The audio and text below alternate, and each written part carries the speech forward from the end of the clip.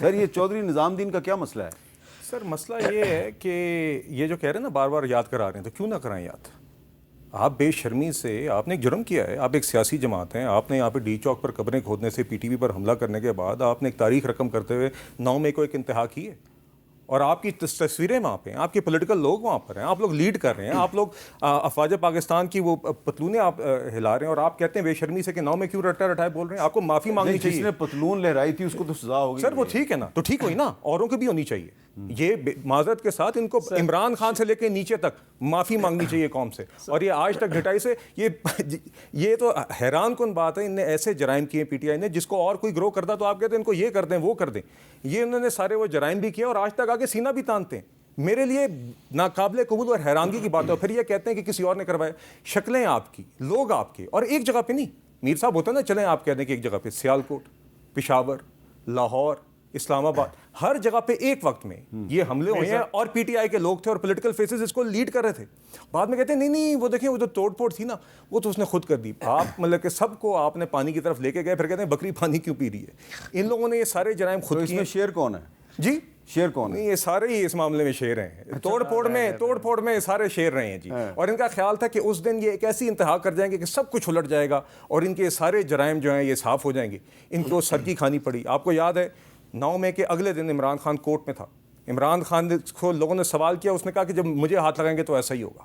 جب 10 دن گزرے اور ان کو سمجھ آیا کہ پانی سر سے گزر گیا، تب انہوں نے کہا نہیں یہ بڑا غلط ہوا ہے، مگر میرا اس سے کوئی تعلق نہیں۔ وہ 10 دن بعد بیان آیا تھا، پوری سازش تھی، سارا انہوں نے کام کیا تھا، اور ان کا خیال تھا کہ اب آج ہم پورا نظام الٹا گئے ہیں یہ آگ لگا کے، مگر بدقسمتی سے ان کے وہ عزائم پورے نہیں ہوئے، اسی کی آج تک درد ہے۔ میں ایک ایگزامپل دے دوں چھوٹا سا 9 مئی کی، صرف بات بھی ختم ہو جائے گی۔ 4 لوگوں کے کیس بتا دیتا ہوں۔ عمر ایوب صاحب 9 مئی عمر ایوب صاحب ہری پور میں تھے، فیصلہ آباد میں جا کے 10 سال 40 سال کی سزا ہوئی۔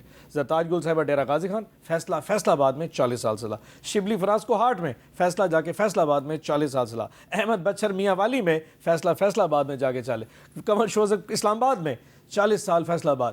یہ اس طرح نظام چلتا ہے۔ یہ وہ پوائنٹ ہے جس کو بار بار یہ 9 مئی کہہ رہے ہیں نا چہرے، یہ وہ چہرے۔ میں نے اس نے یہی پوچھا تھا، آج اگر یہ نظام فیصلہ کرے کہ دہشت گرد کون ہے تو چیزیں بہت ٹھیک ہو جائیں گی۔ اگر تو ہم دہشت گرد ہیں جو کہ خلاف جا رہے ہیں، جو ان کے ساتھ جلنے کو تیار ہیں، پھر تو پرفیکٹلی فائن، پھر تو کوئی ایشو نہیں۔ لیکن اگر آپ نے فیصلہ کرنا ہے کہ دہشت گرد وہی ہیں جو اس وقت خیبر پختونخوا میں اور بلوچستان، ہم آپ کے ساتھ چلیں گے۔ تو ایک سوال ہے اگر گستاخی معاف ہو کہ ابھی تھوڑے دن پہلے یہ مڈل ایسٹ کی سچویشن پہ بریفنگ کے لیے آپ کو پرائم منسٹر ہاؤس میں بلایا گیا، رانا ثناء اللہ صاحب جو ہیں اور طارق فضل چودھری صاحب چل کے گئے آپ کے پاس، آپ نہیں گئے، تو چودھری نظام الدین اتنا بھی ظالم نہیں ہے؟ میں نے رانا ثناء اللہ صاحب آپ کے ساتھ پچھلے ہفتے ٹاک شو موجود تھے، میں نے یہیں پہ ہی کہا تھا کہ اگر ہماری درخواست تھی وہ یہ تھی کہ ہمیں عسکری اداروں کے لوگ آ کے بریفنگ دیں، D G M O D G سے یہ بات یہیں پہ ہوئی تھی، ڈی جی ایس آئی، اور یہی اچکزئی صاحب علامہ راجہ ناصر کی تھی۔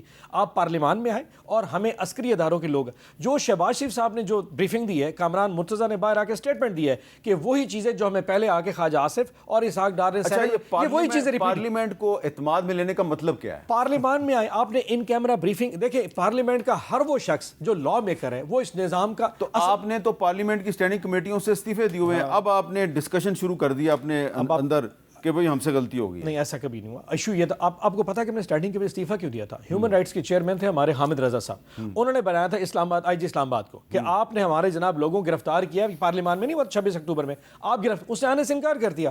تو جب عمران خان صاحب کو بتایا کہ جی اسٹینڈنگ کمیٹیوں میں ہمارے چیئرمین کے سامنے آئی جی اسلام آباد ہی پیش ہو، ان کے پھر اس کمیٹی کا فیصلہ، جس کمیٹی کے جو اصل پرابلمز ایشوز ہیں اگر وہ ڈیفائن ہی نہیں ہو پا رہے تو ہم گھگو گھوڑے نہیں ہیں میر صاحب، وہاں صرف اپنے برات کے لیے بیٹھ جاتے ہیں۔ It don't make any sense at all. پھر لیٹ دیم ہیو اٹ، پھر ہیومن رائٹس بھی چلائیں اور اپنی انٹیریئر کی اسٹینڈنگ کمیٹیاں چلائیں، تو یہ ایشو بنا تھا۔ ادروائز آپ اگر پارلیمنٹ کو اعتماد میں لے لیں تو اس میں کیا مذاق میر ہے؟ صاحب یہ نے کہا کہ وہ کگو گھوڑے نہیں ہیں، یہی کہا نا، یہی فکرہ یوز کیا، تو یہ صحیح کہہ رہے ہیں کگو گھوڑے نہیں ہیں کہ یہ جعفر ایکسپریس حملے کے بعد جب ہم ان کیمرہ بریفنگ کے لیے پارلیمان کے فلور پہ آپ کو دعوت دیں جہاں پہ عسکری اور سویلین قیادت موجود ہے، آپ وہاں پر نہ آئیں کیونکہ آپ کگو گھوڑے نہیں ہیں، وہ فریضہ آپ کو سر انجام نہیں دینا چاہیے کیونکہ آپ کگو گھوڑے نہیں ہیں نا، اس لیے آپ کو جعفر ایکسپریس حملے کے بعد دہشت گردی کے اوپر جو اجلاس بلایا گیا پارلیمان میں اس پہ آپ نہیں آئے کیونکہ آپ کگو گھوڑے نہیں ہیں۔ فلسطین کی آل پارٹیز کانفرنس پہ آپ نہیں آئے کیونکہ آپ کگو گھوڑے نہیں ہیں۔ آج جو جنگی صورتحال ہے اس کے اوپر وزیر اعظم اگر آپ کو دعوت دے رہے ہیں، اور رانا ثناء اللہ خان نے 4 لوگوں کو انفرادی طور پہ دعوت دی، گوہر علی خان، علامہ ناصر عباس، اچکزئی صاحب اور علی ظفر کو،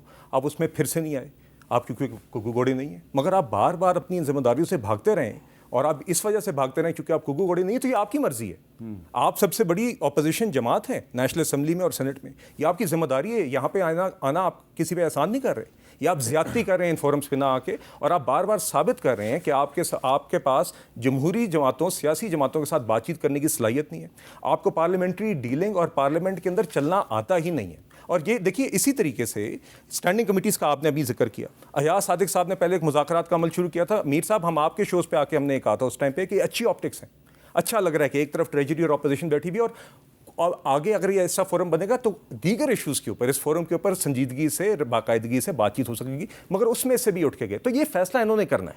مگر آپ نے دیکھا ہے کہ ابھی بھی ریسنٹلی اگر ان سارے ایشوز کے اوپر آپ نے بالکل درست فرمایا میر صاحب، ان کی جماعت کے لوگ ہیں، میں ایسے لوگ جانتا ہوں جن کے ساتھ میں نے اسٹینڈنگ کمیٹیز میں کام کیا، جو کنٹریبیوٹ کرنا چاہتے ہیں، جو وہاں پہ کام کرنا چاہتے ہیں. ان کی لیڈرشپ وہ ان کو بھی پتہ ہے، وہ ان کو روکتے ہیں، ان کو روکے بیٹھے ہوئے. ان کے ینگ پارلیمنٹیرینز ہیں جن کو میں جانتا ہوں، جو کام کرنا چاہتے ہیں، جو سوال ڈالنا چاہتے ہیں، جو اسٹینڈنگ کمیٹی میں پوچھنا چاہتے ہیں. ان کی بھی بات سن لیں. یہ جو بات بار بار ریپیٹ کر رہے ہیں نا گگو گھوڑے والی بات، میں نے تو اسٹینڈنگ کمیٹی کا کہا تھا. پی ایم صاحب نے جب اسلام آباد میں اپنے دفتر میٹنگ بلائی تھی، وہ ایک پولیٹیکل نیریٹو بلڈ کر رہے تھے. اس کا کوئی انفارمیٹری نہیں تھا، کوئی یہ نہیں بتانے جا رہے تھے کہ افغانستان کی جنگ کی ہوئی ہے، ایران میں آپ نے ایران میں جو آپ کا نیریٹو رہا ہے جو کہ پبلک پلس کے بالکل اگینسٹ آ کے نوبل پیس پرائز جو آپ نے نامینیٹ کیا ہے اس کی وجوہات، اس پہ کوئی بریفنگ نہیں دینی تھی. آپ غزہ پیس ایوارڈ کے اوپر غزہ پیس بورڈ کا ممبر کیوں بنے، اس پہ کوئی بریفنگ نہیں. وہ ایک جنرل نیریٹو بلڈ کر رہے تھے کہ میں ایک پولیٹیکل لیڈرشپ ہوں. معذرت کے ساتھ ہی is just a prime minister جس کو یہاں بٹھایا گیا ہے. He is not a statesman. وہ کوئی نیریٹو کو ریڈ نہیں کرتا، دنیا میں لیڈ نہیں کرتا. یقین جانے میں معذرت کے ساتھ پھر بیان صاحب آپ کے تو لیڈر ہیں، جب وہ غزہ پیس آف بورڈ میں جا کے تقریر کے لیے الفاظ بولتے میں چینل چینج کر جاتا، مجھے امبیرسمنٹ ہوتی تھی. آج جب میں ایران اور ہزاروں ایرانیوں کو شہید ہوتے دیکھتا ہوں، جب عمران خان صاحب یونائیٹڈ نیشنز میں تقریر کرنے جاتے تھے تو شہباز شریف صاحب بھی چینل چینج کر دیتے. وہ اس لیے کیونکہ وہ اسلام پہ جس طرح کی گفتگو وہ کر سکتا ہے، شاید پاکستان میں ایسا اسٹیٹسمین ہی پیدا نہیں ہوا. آپ نے شہباز شریف صاحب، آپ نے پرسوں شہباز شریف کی اسٹیٹمنٹ دیکھی ہے، ایک کاغذ اٹھا کے بتا رہے تھے کہ جناب اتنے لیٹر پیٹرول ہو گیا، مجھے بڑا افسوس ہے. Why did do that? India نے تو نہیں بڑھایا، انڈونیشیا میں تو نہیں بڑھا، آپ نے کیوں بڑھا دیا 50 روپے لیٹر؟ آپ نے اپنی بھتیجی کو کہا ہے کہ تم 12 ارب کا جہاز ڈالو، ادھر آپ نے اعتراض نہیں کیا. ایک غریب کے جیسے موٹر سائیکل میں آپ نے 50 روپے بڑھا کے بتا دیا کہ جناب راشننگ شروع کر دیں، اپنی تنخواہیں روکے نا، خرچے بند کریں. Why you doing it? ہمیں یہ ابھی آپ کو پتہ ہے، آپ جہاز کے اوپر جواب دینا کہ آپ نے جہاز کے اوپر مریم نواز شریف کو شو کاز بھیجا. جی آج یہ جو بلال اظہر کیانی صاحب ہیں، انہوں نے آج افطار سے تھوڑی دیر پہلے ایک میٹنگ میں شرکت کی ہے. اس میں اسحاق ڈار صاحب ان کو بتا رہے تھے کہ آپ نے یہ چیزیں کم کرنی ہیں، تھوڑا سا ہمیں بتا دیں.